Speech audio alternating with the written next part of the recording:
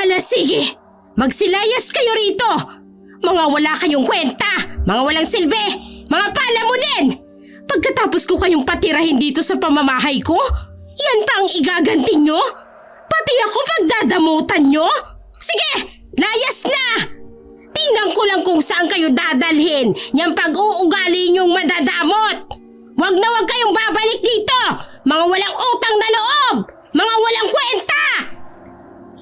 Galit na gilit ang pagbulyaw sa amin ni nanay. Bagay na sinigundan pa ng aking walang kwentang ama-amahan. Layas na! At baka samain pa kayo sa akin! Wag na kayong magpapakita pa rito ha! Wag po inay! Maawa naman po kayo sa amin! Nay! Buksan niyo naman po itong pinto! Nay! Pilit pa akong nagmamakaawa kay inay at Mang Ben habang isa-isa naming pinupulot ang mga damit naming nagkalat sa labas ng aming bahay. Wala akong pakialam sa inyo! Basta ayoko na makita yung pagmumukha nyo rito sa pamamahay ko! Hoy! Nanginginig ang dugo ko sa inyo! Lumayas kayo! Nay! Nay! Napahagulhol na lamang ako noon dahil sa hindi ko malaman kung ano ang gagawin naming mag-asawa. This oras ng gabi nang palayasin kami ni nanay sa aming bahay. Bunsod iyon ng napakatinding galit niya matapos niyang aksidenteng makita ang itinatabi kong kakaunting pera.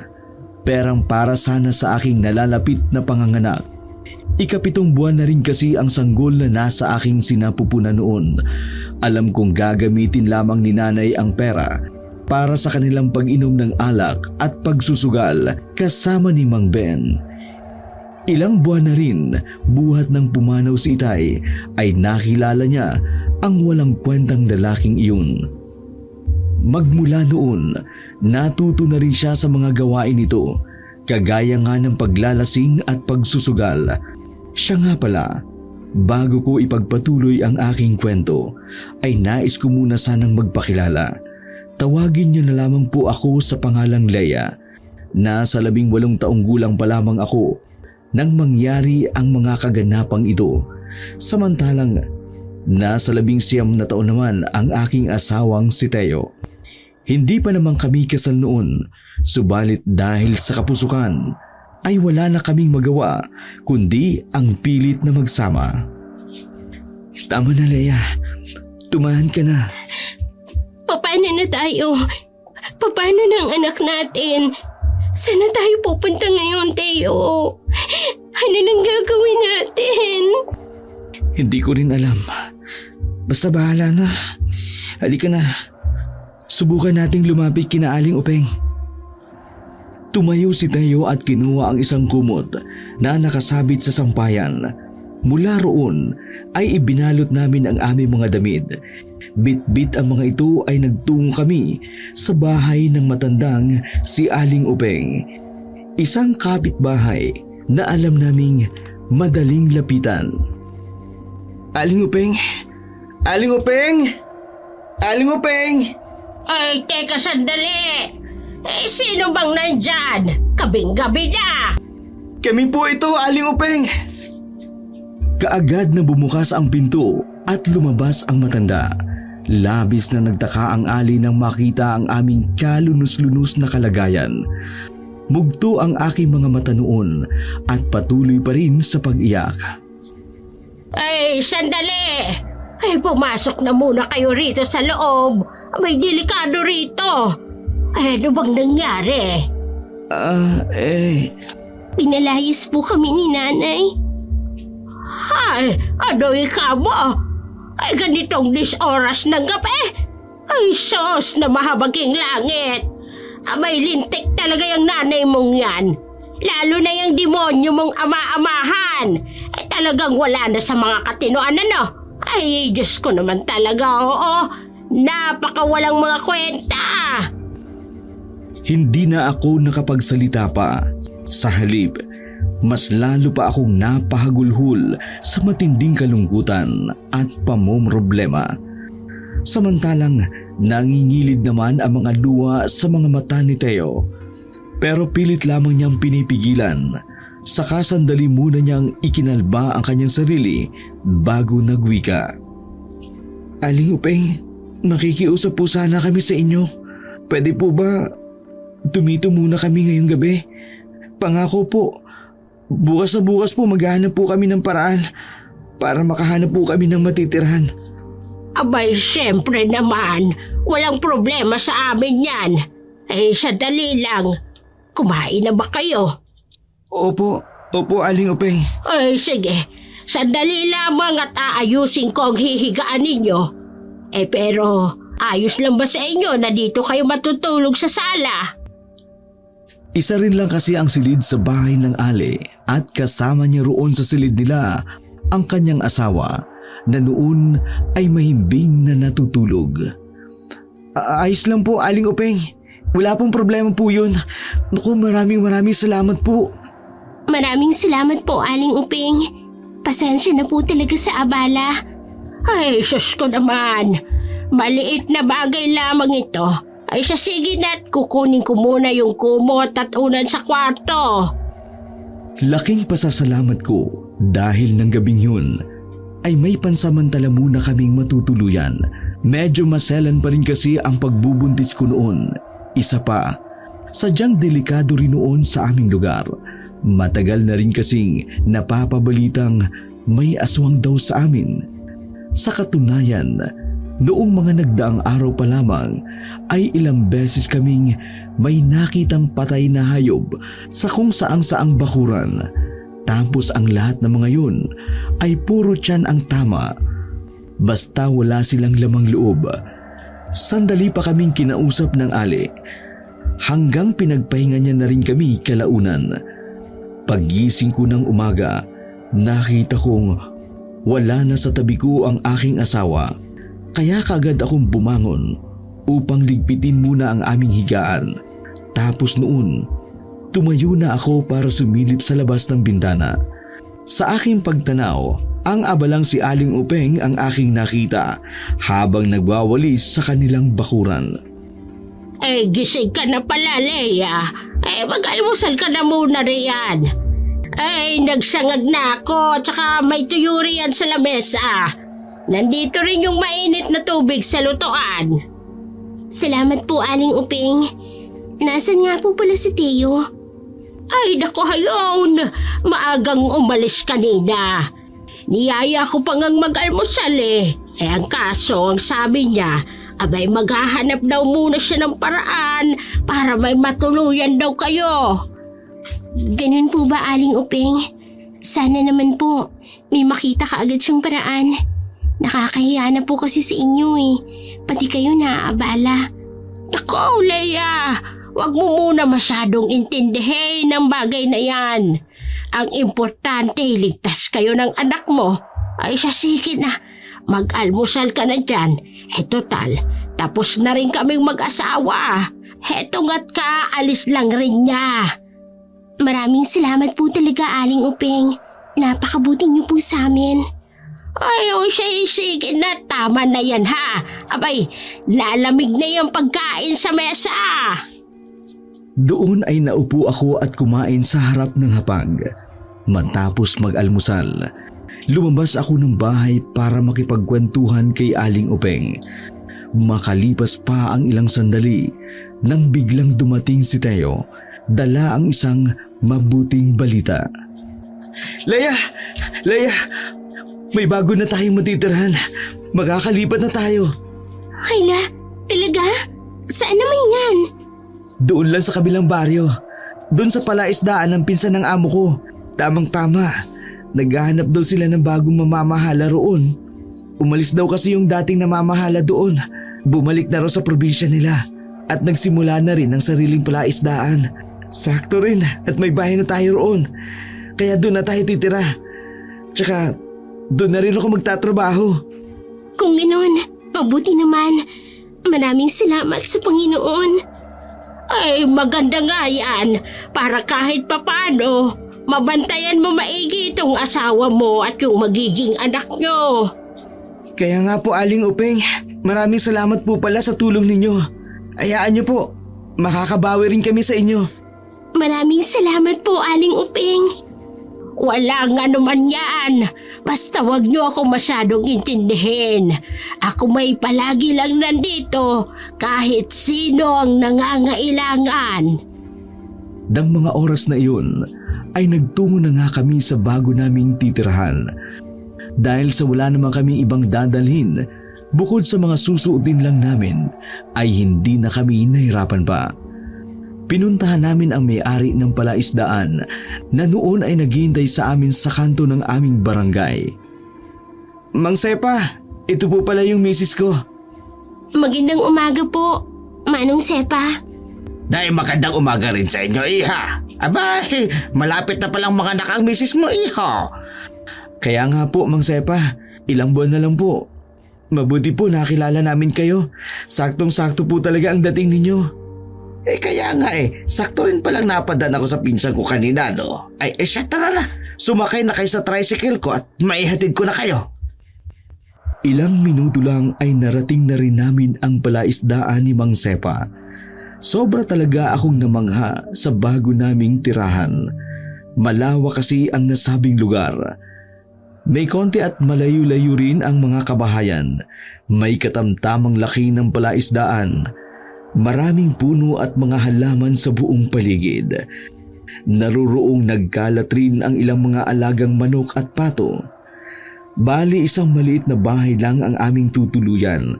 Yari sa semento at yero ang bubungan. May maliit na kusina, isang kwarto at may sariling kubeta rin sa loob. Yun nga lang, walang iba pang linya ng kuryente doon. Pero ayos lang, dahil ang importante, meron kaming matutuluyan. Wala na rin kaming masyadong poproblemahin sa mga kagamitan dahil may ilang kagamitan na rin na naroroon. May mga kagamitan din sa pagluluto, papag at higaan, mahabang upuang kahoy at kung ano pang pwede naming gamitin. Ay sige na, iho at iha. Mauna na ako sa inyo, ha? May iba pa akong aasikasuhin. Kayo na ang bahala rito at papasyal-pasyal lang ako rito. Sige po, Mang Sepa. Maraming salamat po. Makakaasa po kayo. Sige po, maraming salamat po. Ay sige. Basta tatandaan nyo lang ang billing ko, ha? Tsaka ikaw, Teo. Ingatan mo itong asawa mo, ha? Buntis pa naman. Tapos ilak yung maigi ang mga pinto at bintana sa gabi. Alam nyo na, mahirap nang magpakampante. Opo, Mang Sepa. Sige po. Sandali naming inihatid sa labas si Mang Sepa. Nang tuluyan na siyang makaalis, ay naupo muna kami ni Teo sa upuan na nasa ilalim ng malaking punong mangga sa tapat ng bahay.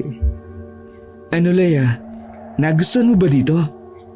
Aba, syempre naman, Teo. Sobrang ganda talaga rito. May mga lilim pa at hindi mainit. Saka mukhang hindi tayo mamumroblema sa pang-araw-araw natin. Pwede tayo magtanim ng maraming prutas at gulay kahit saan dito sa labas. Kahit doon sa likod, sa gilid ng palaisdaan. Tapos may iba pang mga tanim na rin dito. Oo naman.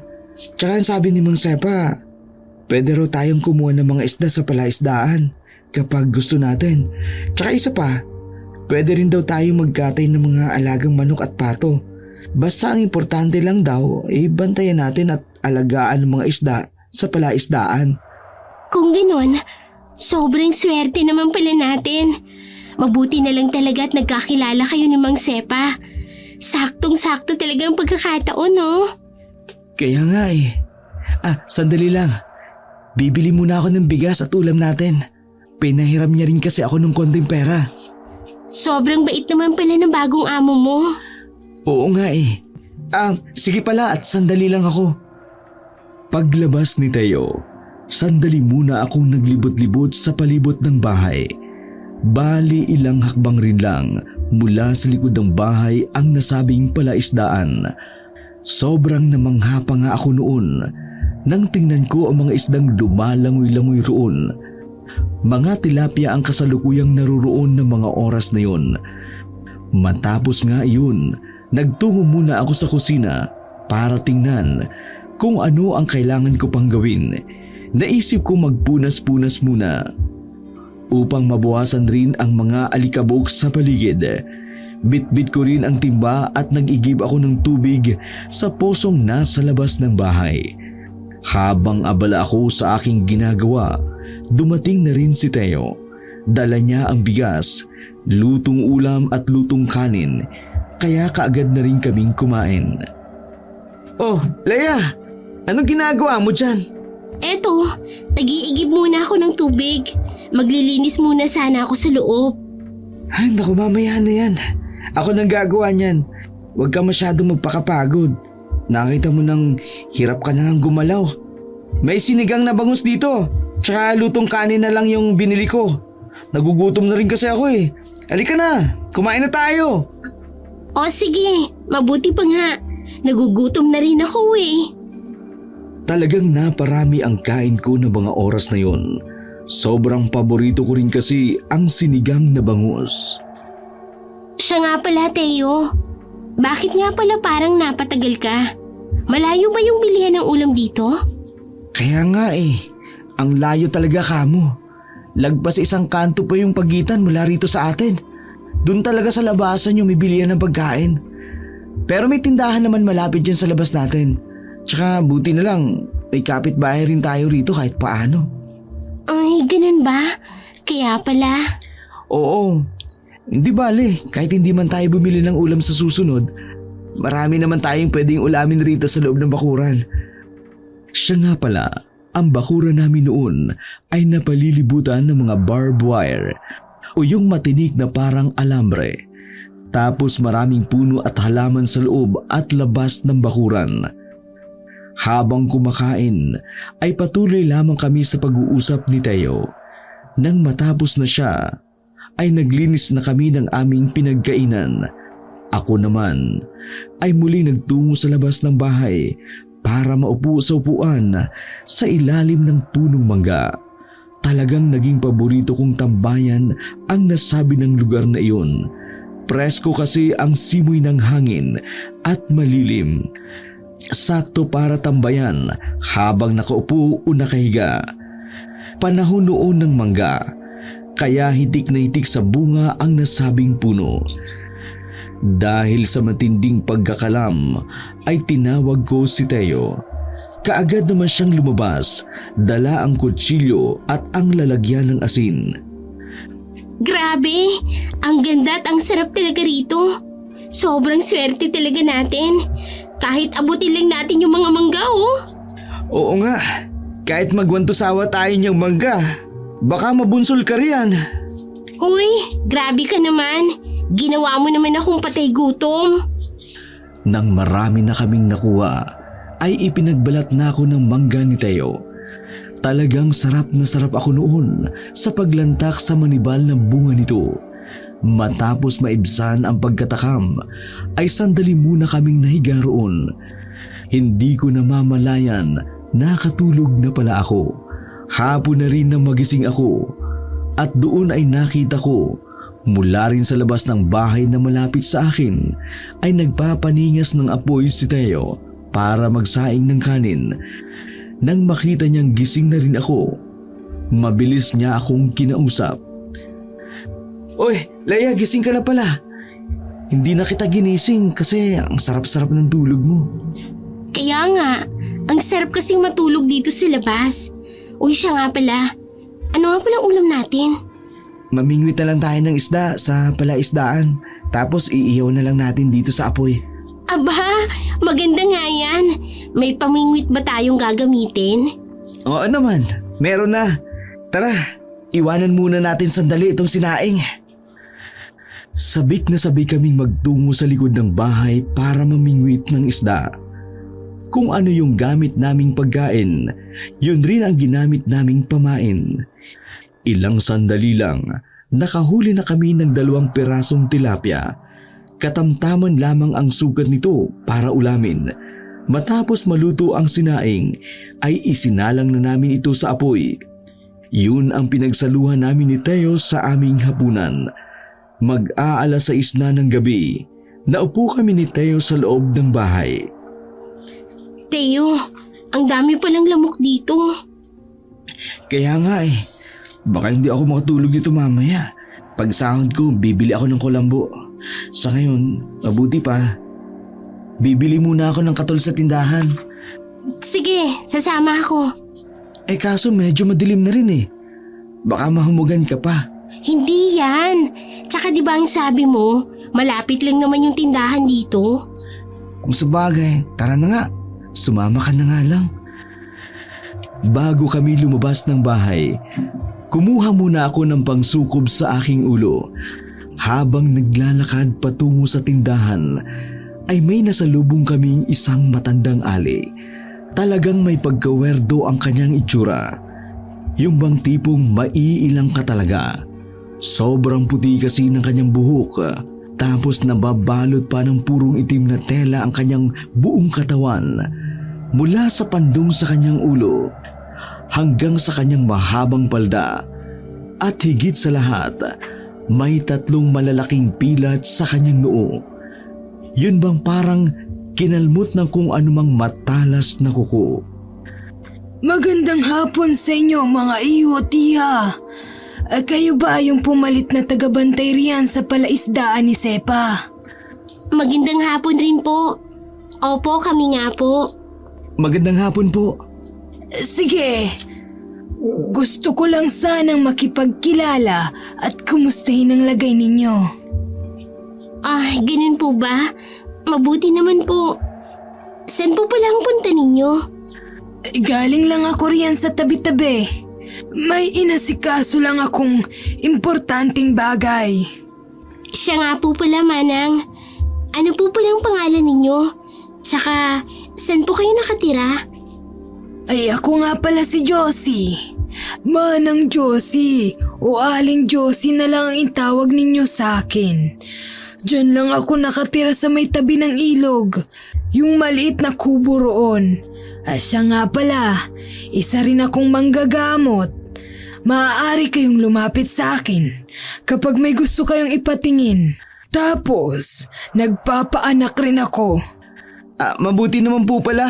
At may manggagamot at nagpapaanak rin pala rito. Oo naman. Ilang beses ko na rin nagawa ang bagay na yan. Sa katunayan nga, ay ako pa ang takbuhan ng mga taga rito kapag manganganak na sila. Kahit pa yung iba sa mga kalapit na baryo natin dito. Kung gayon po pala, wala na pala kaming dapat problemahin. Ang swerte po namin pala sa lugar na to. Sandali lang. Ano ba ang mga pangalan yung dalawa? Leia po, Manang. Tapos yan pong mister ko, si Teo. Leia at Teo pala. Saan naman ang punta nyo niyan? Diyan lang po sa tindahan. Bibili lang po kami ng katol. Sobrang malamok pala rito kapag gabi.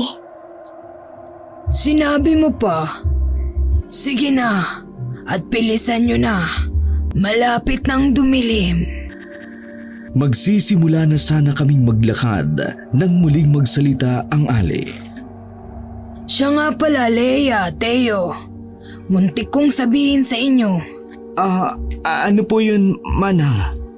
Na mag-iingat kayong maiki. Saka sa susunod, Iha. Wag na wag ka nang lalabas ng bahay kapag gabi. Tapos isara niyong maigi ang mga pinto at bintana bago kayo matulog. Pagka-uwi ka noon sa amin ay bigla na lang tuloy akong kinilabutan. Naalala kong malapit lang pala ang bahay ni nanay kung saan may napapabalitang aswang.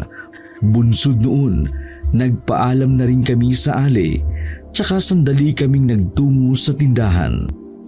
Pabili? Kayo pala yung bagong lipat yan sa palaisdaan, ano? Oo. Bibili sana kami ng katol. Sige, sandali lang. Kaagad na kumuha ng katol ang tendera, sabay abot nito kay Teo. Oh, teka. Buntis pala itong asawa mo. Bakit sinama mo pa yan dito sa labas? Oo eh. Bakit ba? Basta, delikado. Saka ko na ikikwento sa inyo. Oh, heto na ang sukli nyo. At umuwi na kaagad kayo. Dahil doon, hindi na kami nag-usisa pa.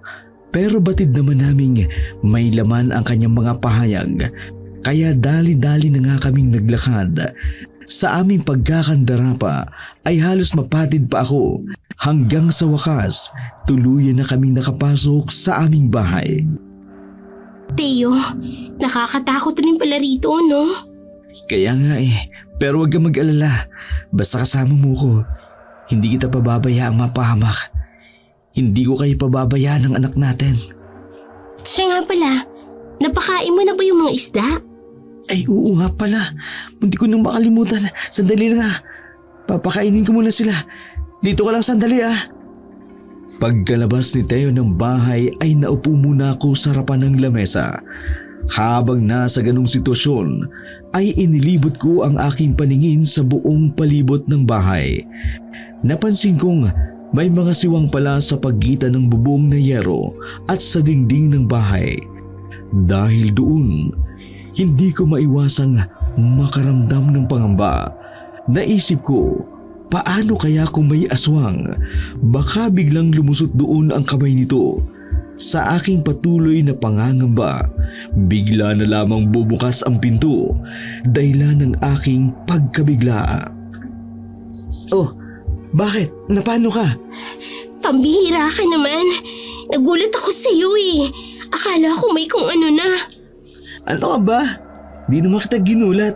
Ang sabihin mo, matatakutin ka lang kamo. Natatawang dugon niya sa akin. Sabay kinuha niya ang ilaw at niyaya ako para magtungo sa kwarto. Ilang minuto lang ang lumipas ay nakatulog na rin si Teo.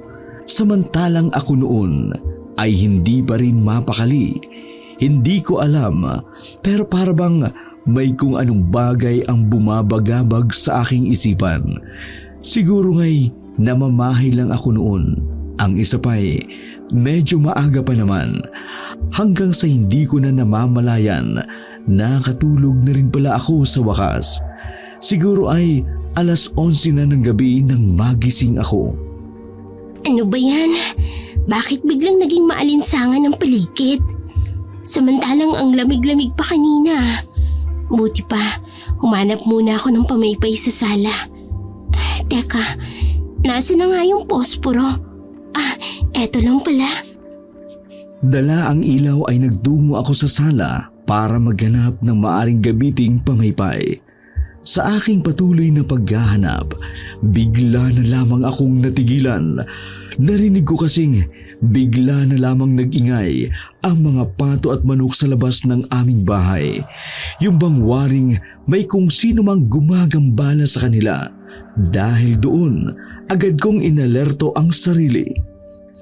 Aba, teka nga. Parang may tao yata sa labas. Mabuti pagisingin ko na si Teo. Sabay karipas ko sa aking paglalakad at nagtungo ako sa kanya. Teo! Teo! Gumising ka na muna riyan! Teo! Teo, gising! Pupungas-pungas na bumaling sa akin si Teo. Saka siya nagwika. Bakit ba? May problema ba? Bumangon ka na muna riyan. Parang may tao yata sa labas. Nang marinig niya yun, kaagad siyang napabangon sa pagkakahiga. Mabilis niyang dinampot ang itak at nagtungo sa sala para makiramdam. Sa mga sandaling yun, patuloy pa rin sa pag-iingay ang mga manok at pato sa labas. Samantalang ako naman noon ay nagsimula ng lukubin ng takot. Ay, Diyos ko po. Iligtas niyo po kami. Huwag niyo po kaming pababayaan. Takot na takot ako noon ay sinubukan ko pang tingnan kung ano ang ginagawa ni Teo sa sala. Doon ay nakita kong nakaduwaw lamang siya sa siwang ng bintana. Seryosong seryoso siya sa kanyang posisyon habang nakakunod pa ang kanyang noo. Tila sinisiyasat niya ang buong palibot ng labas ng aming bahay. Ako naman, tahimik lamang akong naghihintay sa kanyang magiging reaksyon. Sa aming patuloy na pakikiramdam, bigla na lamang kaming nakarinig ng pagngiyaw ng isang pusa. Kaya maging ako man ay napadungo na rin sa mga siwang ng bintana.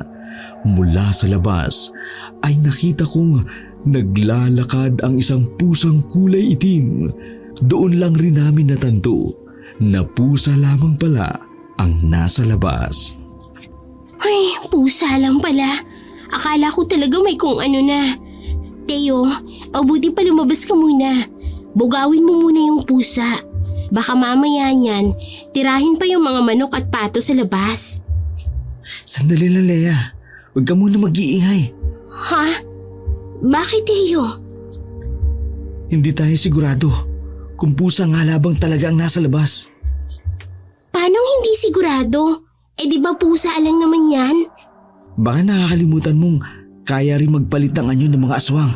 Kaya rin nila maging ibon o di kaya pusa. Nanlaki ang aking mga mata dahil sa tinura ni Teo.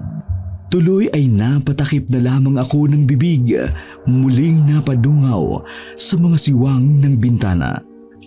Kung ganon, anong gagawin natin? Lalabas ako. Haharapin ko siya. Lalabas ka? Nasisiraan ka na ba? Paano kung aswang nga yan talagang nasa labas? Sa tingin mo may laban ka sa kanya? Kapag bumalik na siya sa tunay niyang itsura? Huwag ka mag-alala. Ako nang bahala. Sandali lang ha. Teka lang, teka! Saan ka pa pupunta? Kukuha lang ako ng asin. Sandali lang, Teo. May magagawa ba yung asin na yan sa aswang? Oo, sasabuyan ko siya. Tapos kapag nasaktan siya, ibig sabihin nun, aswang talaga siya. Paano kung... Hindi na ako pinatapos pang magsalita ni Teo. Dali-dali siyang nagtungo sa kusina para kumuha ng asin.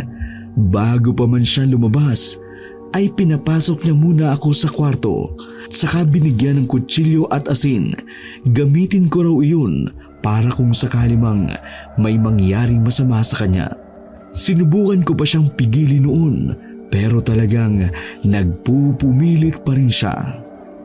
Huwag ka nang lumabas, Teo. Dito na lang tayo. Natatakot ako eh. Please, huwag mo akong iwanang mag-isa rito. Saka baka mapahama ka. Ano na lang ang mangyayari sa amin ng anak natin kapag may nangyari sa'yo? Kaya please, huwag ka nang lumabas. Sige na. Hindi pwede, Leia.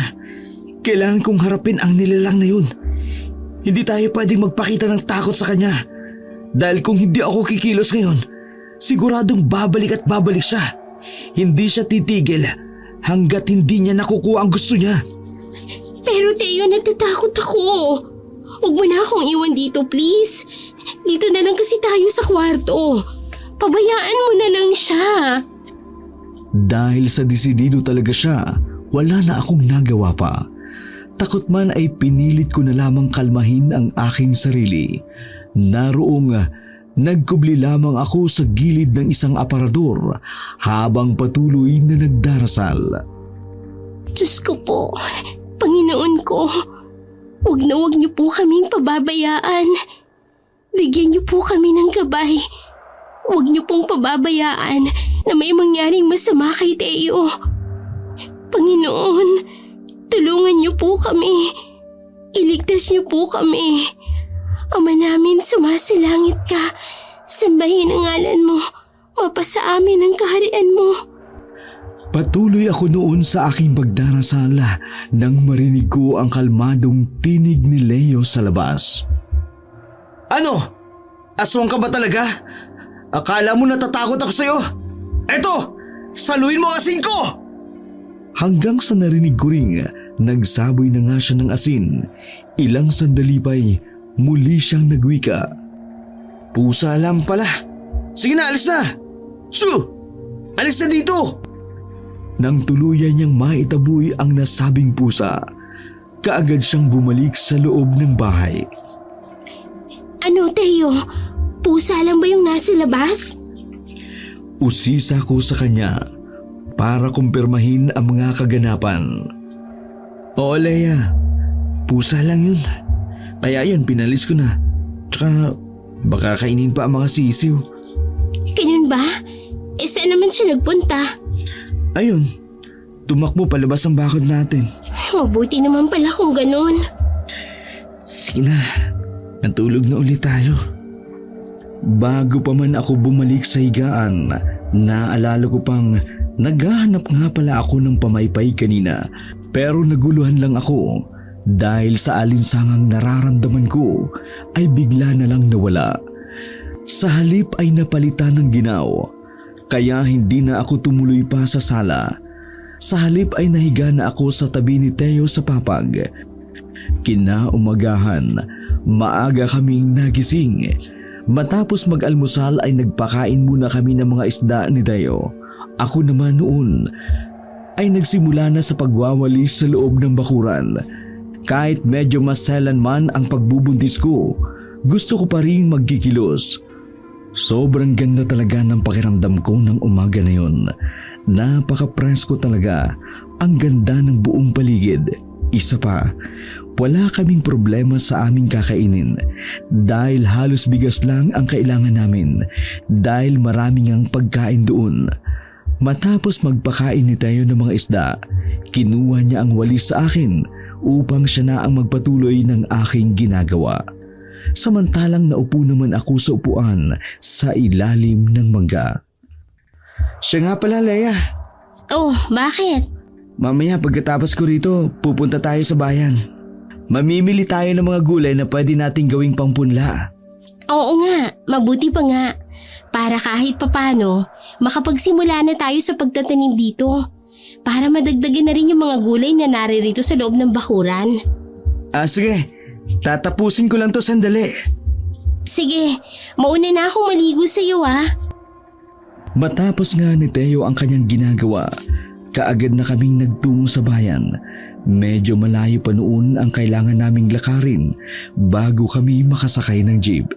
Sa aming paglalakad, patuloy lang kami sa pag-uusap hanggang sa natigilan kami nang may sumalubong sa amin na isang matandang lalaki. Iho-iha, parang ngayon ko lang kayo nakita rito. Mga bago kayo, no?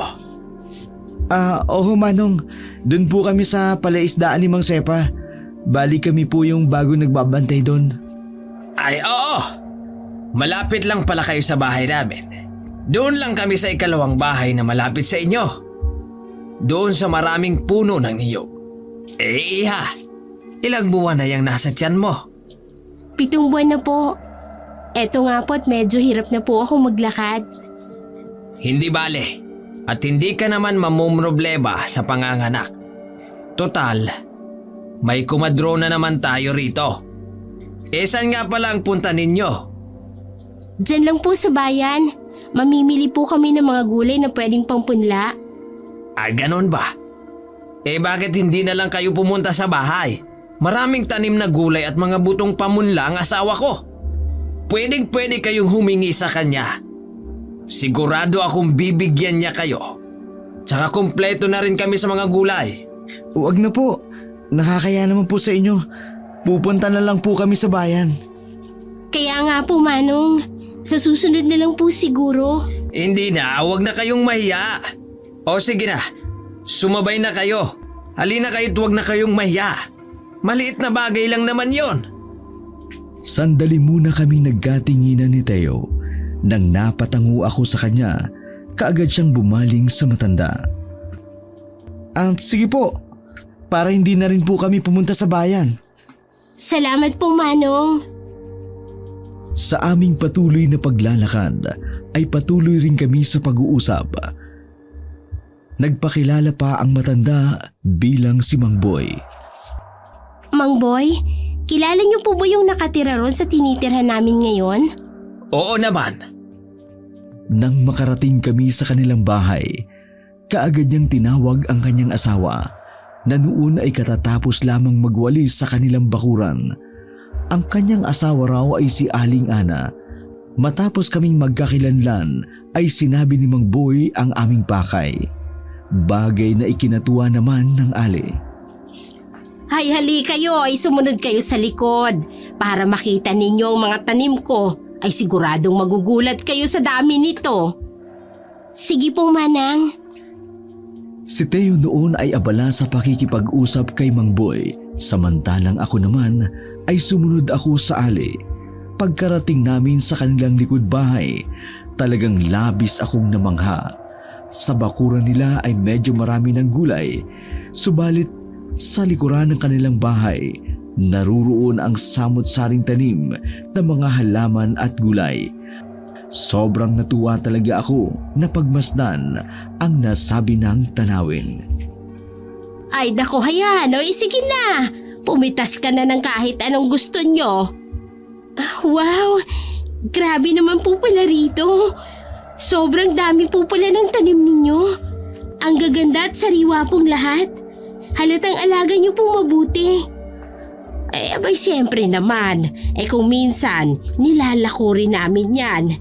Meron kasing nag-aangkat ng mga suki namin dito. Tapos sila nang bahalang mamitas ng gusto nila. Saka na lang nila babayaran kung ano yung nakuha nila. Kung ganun po, bibili na rin po kami sa inyo, Manang. Babayaran na lang po namin kung ano man yung makuha namin. Ay nako, hindi na kailangan. Basta taga rito sa lugar natin, abay libre lang.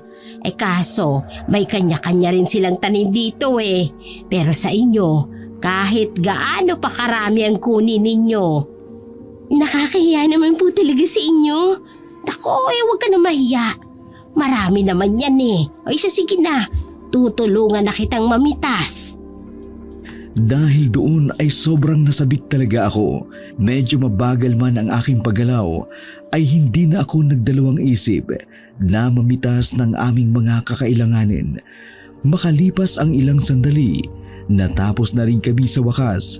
Pagkarating namin sa harap ng bahay, narat na naming nag-iinuman pala sina Teo at Mang Boy.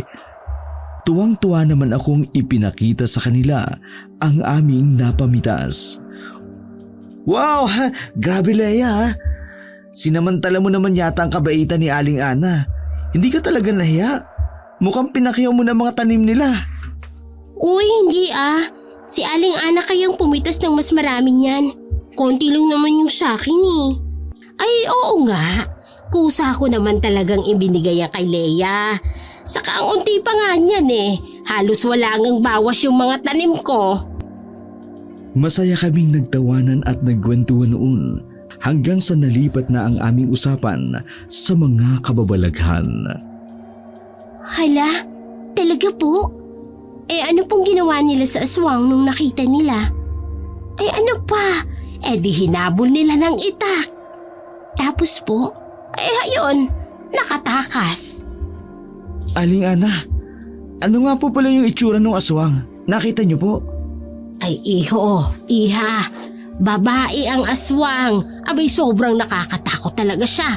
Wala siyang suot na anumang saplot. Tapos kulay malamlam na abo ang kanyang buong katawan. Nanlilisik ang kanyang mga mata. Matatalas ang kanyang pangil sa bibig. Po? Talaga po? Nakakatakot naman po pala rito sa lugar natin. Paano po nila nakita yung aswang? Talagang kinilabutan ako sa mga sumunod na sinabi ni Aling Ana. Hindi namin alam na maaaring nakasalamuhan na pala namin ang nasabi ng nakatatakot na nilalang. Ganito kasi yan. Kasalukuyang ipinagbubuntis ni Isabel yung sanggol na nasa sinapupunan niya. Siya yung nakatira malapit dun sa tindahan. Abay tapos isang gabi, may narinig daw silang mga kalusko sa bubungan ng bahay nila. Nung kalaunan, nawala naman daw. Pero nung mga sumunod na gabi pa, abay nagtuloy-tuloy pa yung ganong kaganapan. Talagang hindi sila tinitigilan ng aswang. Isang araw, naisip nilang sabihin yun sa tatay ni Isabel. Kaya yun, doon rin natulog sa kanila yung tatay niya. Tapos, inabangan nila yung aswang. Sakto namang hindi natulog yung tatay niya. Kaya nung narinig nila yung mga kaluskos, abay galit na sumigaw yung tatay niya na may dalang itak. Pagkalabas niya, nakita niya nga yung aswang na nakadapa sa bubungan. Hanggang sa nagsisisigaw na siya. Kaya nagsilabasan na rin yung mga tao sa paligid. Abay pati nga kami napunta ron. Ay, grabe talaga. kinilabutan talaga ako. At hanggang ngayon, kinikilabutan ako kapag naaalala ko. Ay, grabe! Tapos po, Aling Ana, ano pong ginawa nila sa aswang? Ay, so, ayun na nga. Eh di, galit na yung mga tao. Tapos, pati itong si Mamboy ninyo, abay pinagbababato rin yung aswang. Hanggang sa sinubukan pang manlaban ng aswang. Eh kaso, ang daming bato. Kaya talagang nasapul siya. Tapos, sinubukan niya pang tumalon sana para tumakas. Eh pero, bumagsak na lang siya bigla sa damuhan. Ay nako, kamulat-mulat ninyo. Eh biglang tumakbo palayo yung kulay itim na pusa. Hanggang sa nakatakas na siya. Hanggang sa muli kong naalala, yung itim na pusa nitong nagdaang gabi lang. Pusang itim? Sandali nga. Teo, hindi ba't... Oo, pero parang imposible. Eh bakit? Ano bang nangyari? May nakita ba kayong pusang itim? Ay oo nga, meron ba kayong nakita? Ay saka, wala ba siyang kakaibang ginawa? Nitong kagabi lang po kasi, bigla na lang po akong nagising. Kasi po pakiramdam ko, parang sobrang alinsangan. Kaya pumunta po ako sa sala para po maghanap ng pamaypay. Tapos, narinig ko po yung mga manok at pato sa labas. Kaya po ginising ko itong si Teo. Ang sabi niya po pusang itim lang daw yung nakita niya. Tapos sinabuyan niya pa nga po ng asin eh. Kaso wala naman daw pong nangyari.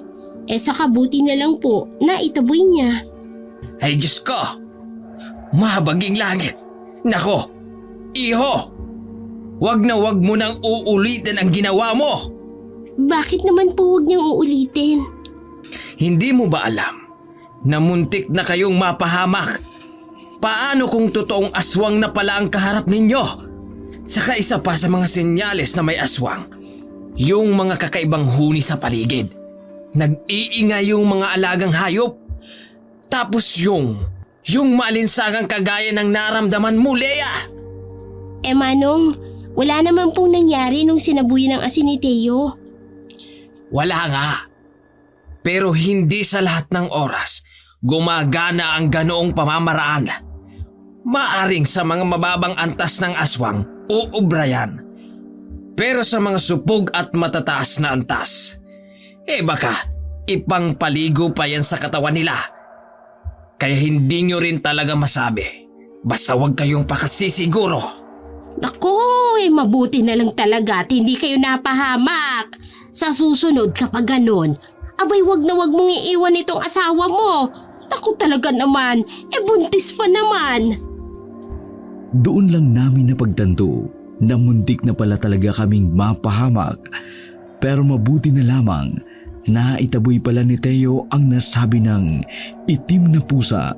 Gayun pa man, sinabi pa na mag-asawang matanda na hindi pa raw roon nagtatapos ang lahat dahil sigurado raw sila na anumang oras pagsapit ng gabi, muli itong babalik para humanap ng magandang tiyempo. Sa aming pag-uusap, nagpaalam muna sandali si Aling Ana. Sinabi niyang doon na lamang daw kami kumain, kaya nagluto muna siya sandali. Naku, hindi na po. Sobrang nakakahiya na po talaga sa inyo. Sobra-sobra na po itong naibigay ninyo. Mauna na rin po muna ako sa bahay para magsaing. Iiwanan ko po muna rito itong si Teo. Hindi na, Iha. Dito na kayo kumain itong si Teo. Abay kaya nga, sandali lang naman akong magluto. At saka puro gulay lang ang uulamin natin. Dahil sa pagpupumilit nila, wala na kaming nagawa kundi ang pumayag. Kaya naman, nagpatuloy ang aming pag-uusap. Napansin kong parang dalawa lang silang mag-asawa ang naroon. Kaya dulot ng aking pagkamausisa, nagtanong ako kay Mang Boy. Mang Boy, may anak po ba kayo ni Aling Ana? Napabuntong hininga muna siya bago tumawa ng malakas. Sa totoo yan, wala kaming anak. Nakunan kasi itong si Ana nung malapit na sanang ipanganak ang panganay namin. Simula noon, hindi niya na nagawang magbuntis pa. Ganun po ba? Nakakalungkot po palang sinapit ninyo. Pasensya na po kung nagtanong pa ako. Walang problema. Kaya kayo, ingatan ninyo yung anak ninyo. Opo, Mang Boy. Siya nga po pala. Paano niyo po palang nalamang nakunan si Aling Ana? May mga sintomas po ba? Hindi ko rin alam. Basta ang pagkakatanda ko, maayos naman siya nung una. Tapos, nung kabuwanan niya na, panay-panay na lang ang sakit ng tiyan niya. Kaya dinala na namin siya kay Aling Josie. Tapos ayun na, Ano po palang sinabi ni Aling Josie? inaswang daw ang aming anak. Kaya nakunan si Ana. Po? Talaga po? Inaswang? Oo, kasi nandoon rin ako nung inilabas niya yung sanggol sa tiyan ni Ana. Sobrang naawa nga ako sa anak namin eh. Paano kasi? Tad-tad ng sugat yung buong katawan niya. Tapos parang nalusaw na yung tiyan niya. Hindi ko alam kung anong pumasok sa isipan ko para magduda kay Aling Josie. Basta na lamang na gusto kong mag-usisa tungkol sa kanya. Mang Boy, ano palang ginawa ni Aling Josie sa patay na sanggol? Inilibing namin sa labas ng bakuran niya. Sabi niya kasi, hindi raw namin pwedeng ilibing sa malapit dito dahil baka ang misis ko naman daw ang puntiryahin ng aswang. Dahil takot rin kami, kaya wala kaming nagawa.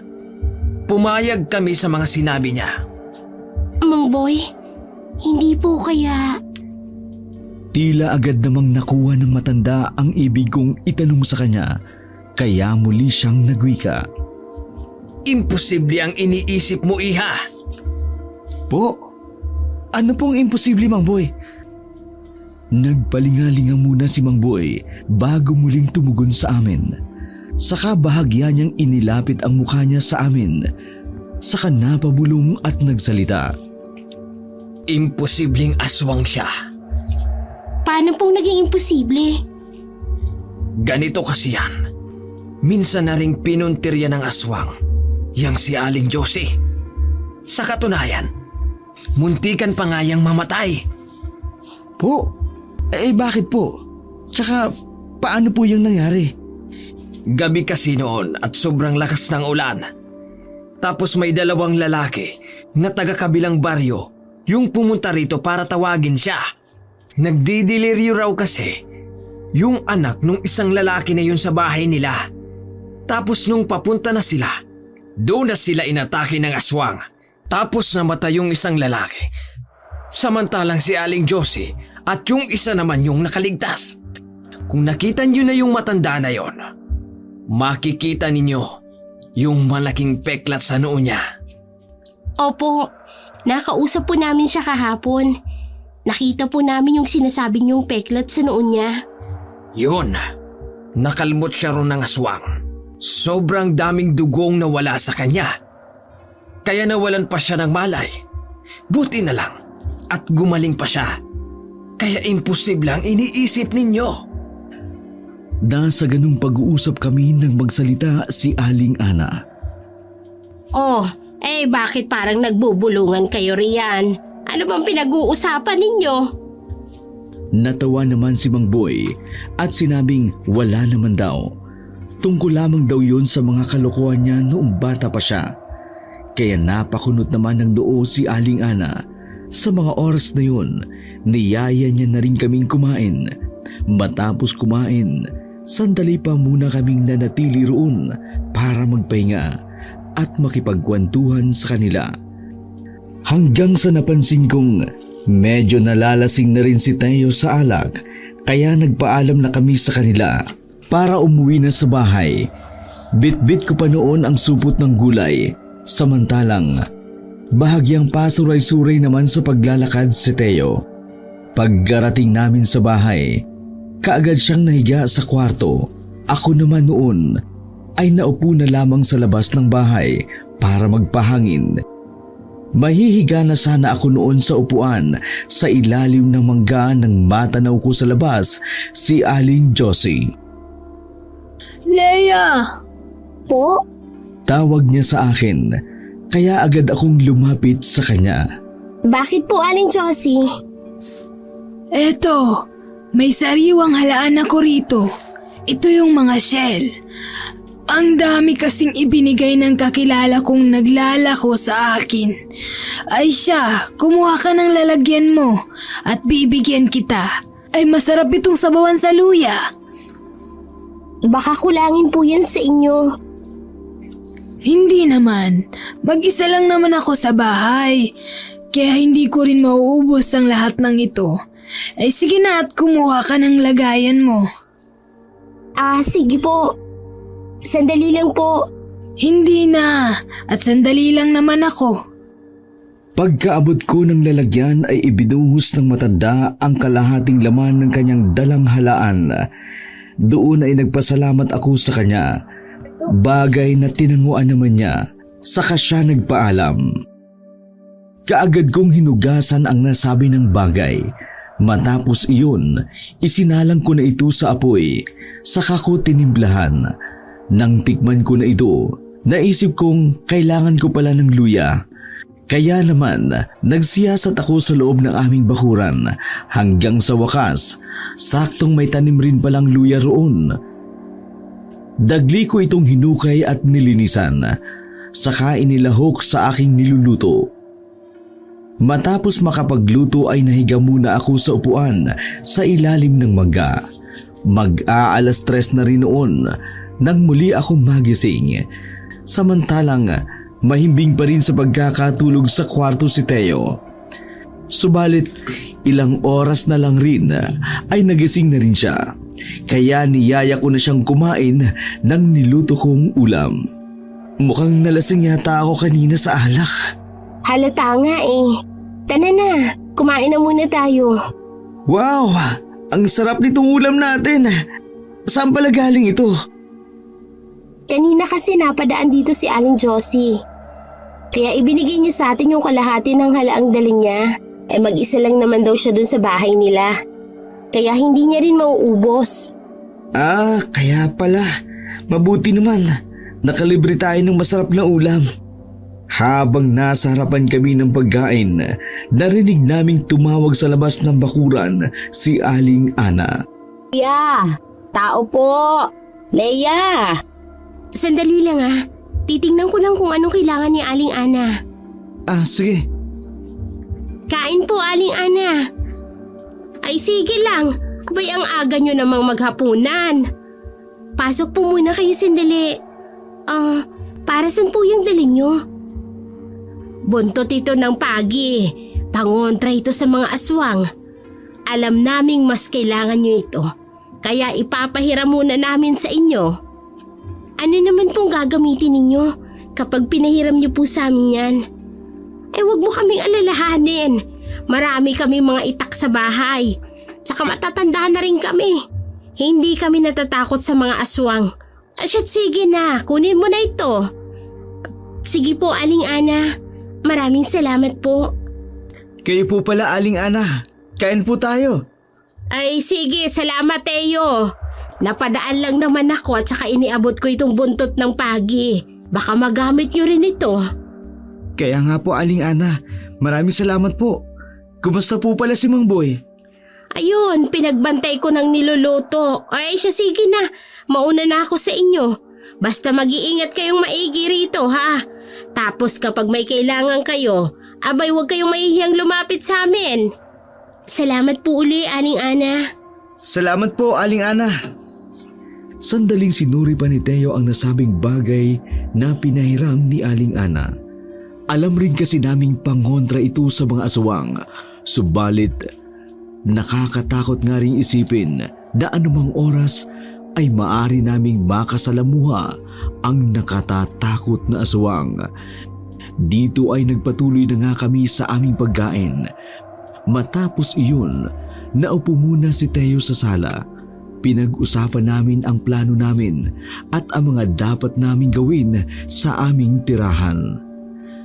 Sandali lang pala, Leia. Papakainin ko muna yung mga isda bago magdilim.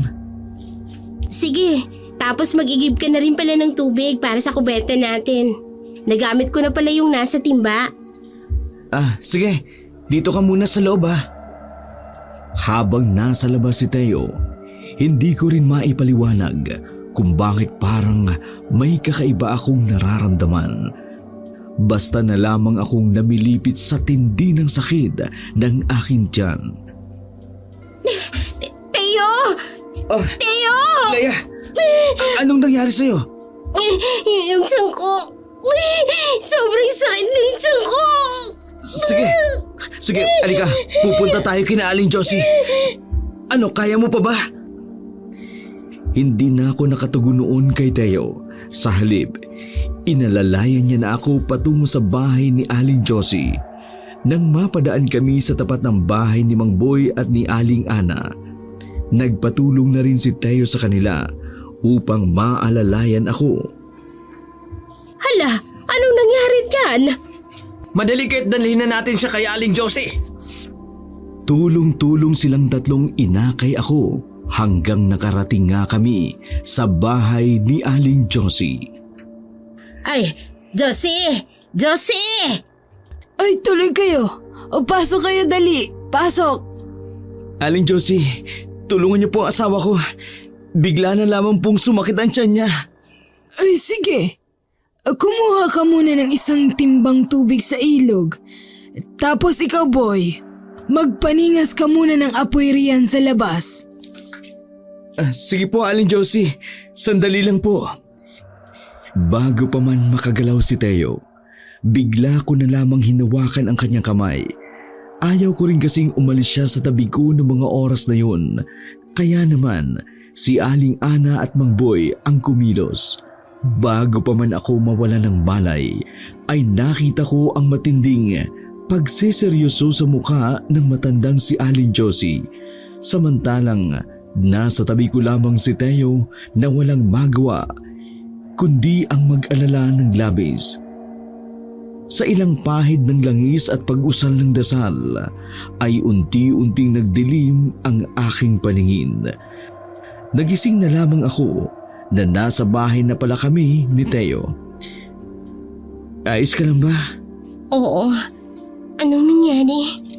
Nawalan ka ng malay kanina habang ginagamot ka ni Aling Josie. Pero nang masigurado niyang ligtas ka na, pinilit ko nang iuwi ka rito.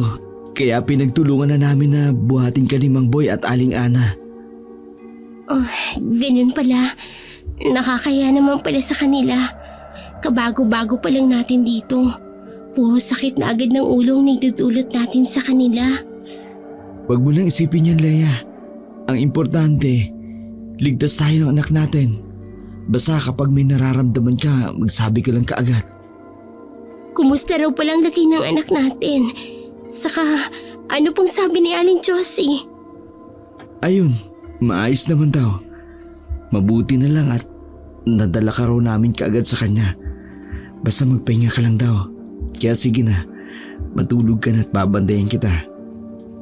Dahil medyo inaantok na ako noon, muli kong ipinikit ang aking mga mata.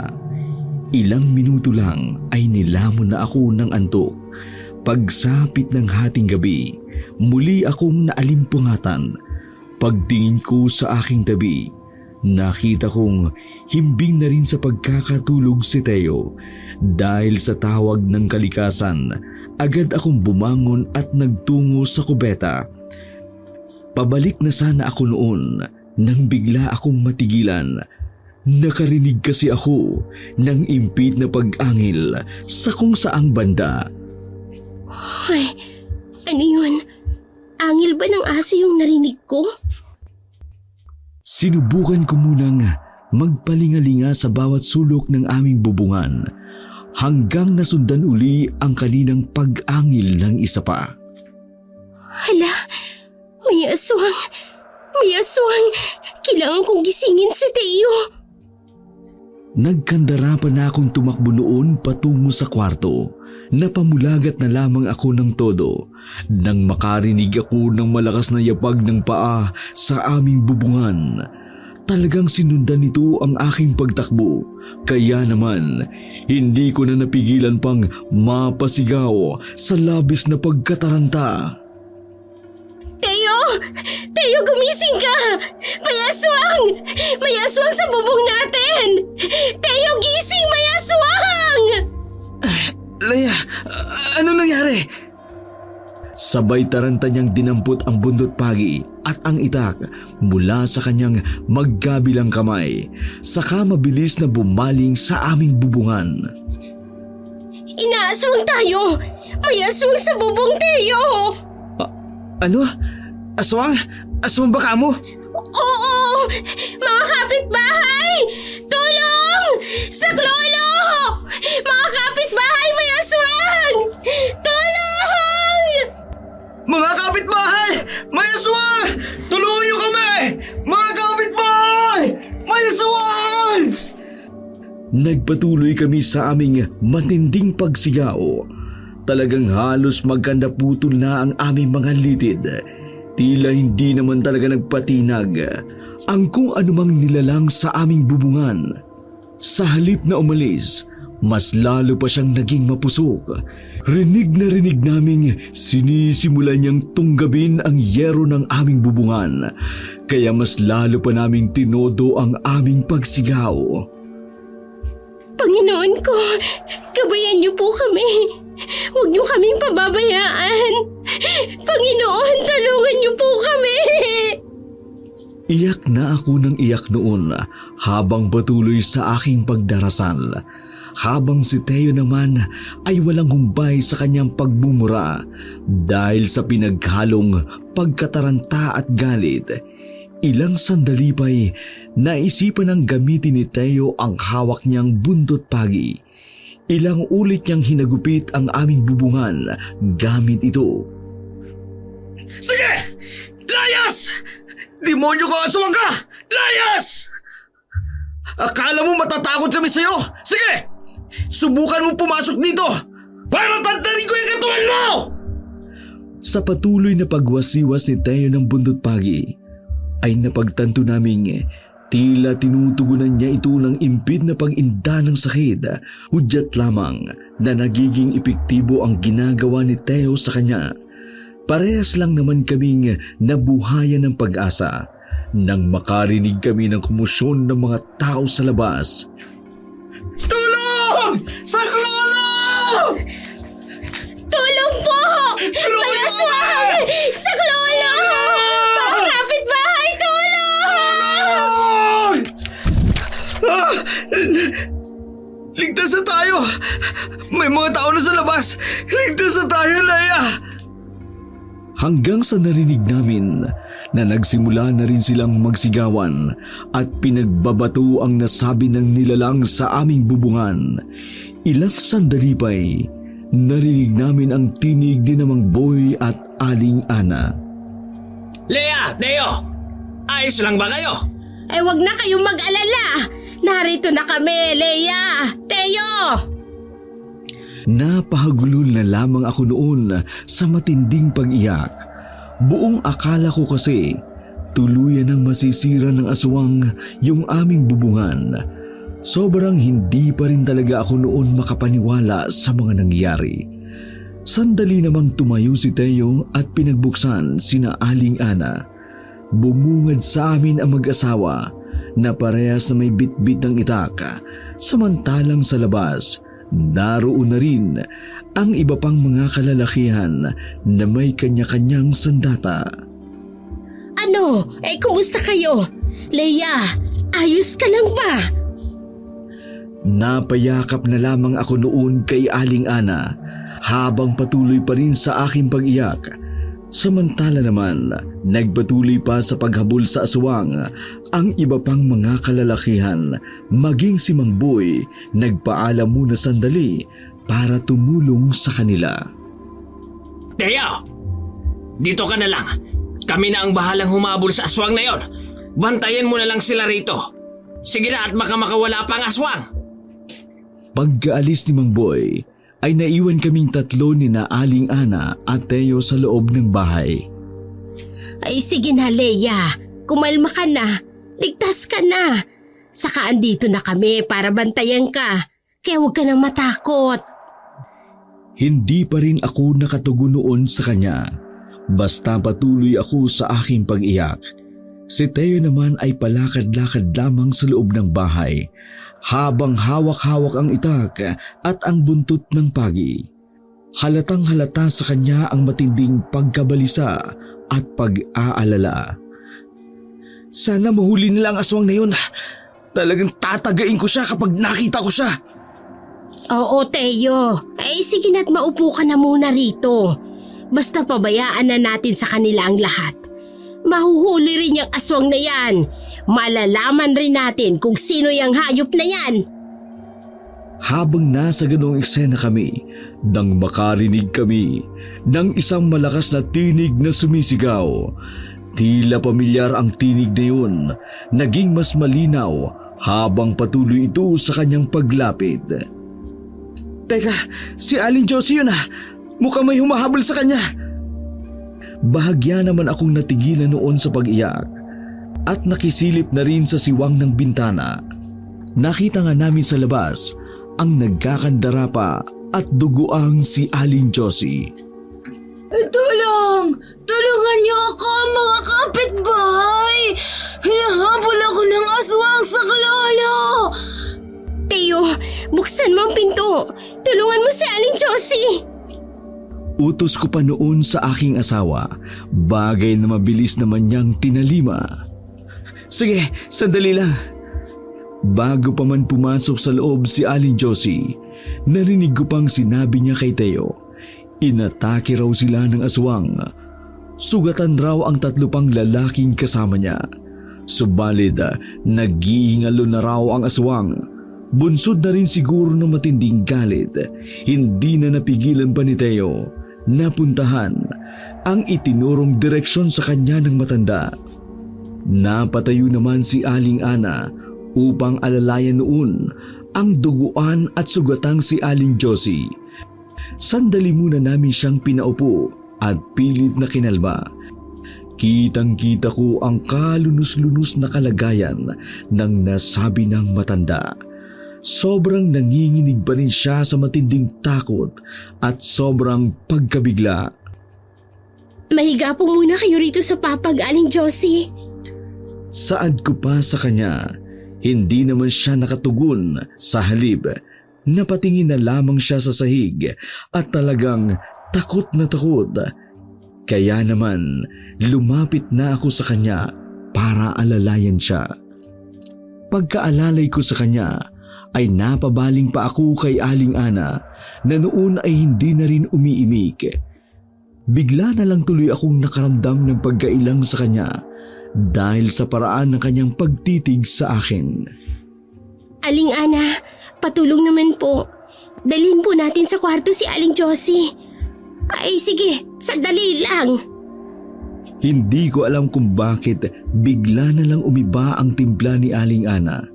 Yun bang parang nawawala siya sa kanyang sarili. Pagkalapag namin sa kanya sa papag na nasa kwarto, ay mabilis akong kumilos. Kaagad akong kumuha ng malinis na damit, nagtungo sa kubeta para basain. Bala ko pa sanang punasan ang mga dugo at ang dumi sa buong katawan ng matanda. Nang biglang tumigil ang aking mundo dahil sa mga sumunod kong narinig. Pumaimbulog sa kawalan ang galit na sigaw ni Aling Ana. Katapusan mo na! Ha! Ha! Ah! Heto pa! Heto pa! Ah! Ay, yan ang nababagay sa'yo! Ah! Ayop ka! Walang iya ka! Sobrang tinding panlalamig ang kumilo sa aking buong pagkatao. Hindi ko alam kung anong nangyayari sa mga oras na yun. Hindi ko rin alam kung tatakbo ba ako sa labas o magtatago sa kubeta. Basta ang alam ko lang, sobrang nangangatal sa matinding takot ang aking buong katawan. Leia! Leia! Yung aswang! Natigilan na lamang si Teo pagpasok niya sa loob ng aming bahay. Ako naman noon, bigla na rin nakabalik sa aking wisyo.